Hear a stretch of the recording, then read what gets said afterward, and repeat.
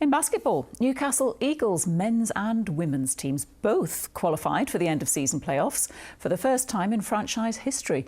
Their arena is one of 3 venues chosen to stage the aptly named May Madness, which will see 20 games in 2 weeks. An incredible achievement after the pandemic threatened the entire season. Well, the Eagles are hosting the quarter-finals, which begin this weekend, as Dawn Thulis reports. 16 teams will play 8 games over 4 days here before the action moves to Worcester. A different end to a very different season that may not have happened at all.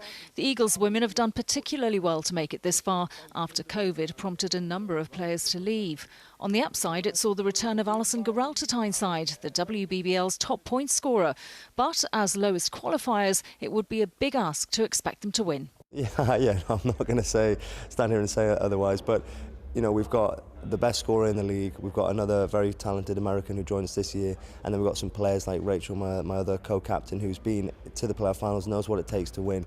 It would be the biggest upset if we could make it to the finals, but anything is possible, like you say, in sport. So we're trying to write that storybook ending. The men have already lifted silverware this season, winning the BBL Cup for the 7th time in their illustrious history. After ending the season proper in 4th, they won't be favourites to win the playoffs either. But don't say that to their coach. We don't see it that way. You know, whatever expectations are placed upon us, our expectations of ourselves are higher than that. Our plan is to win it. The teams that are above us, we've beaten 7 times this year. So we've proved we can do it. It's about executing on the day. First, they have to get past Sheffield Sharks on Tuesday, who've got the better of them more than once this season. We handled them in the Cup group stages, but when the league came around, we lost to them twice and only beat them once. So it's going to be that type of revenge. Then they beat us on our home court twice as well. So it's something that we want to get back, and I'm pretty sure they're going to be ready as well. With so many players, coaches and backroom staff in the venue at the same time, COVID security is paramount. The Eagles are well versed, having hosted a number of double headers over the past few months, as well as being a vaccination centre. Still no fans, of course, which means no home advantage either.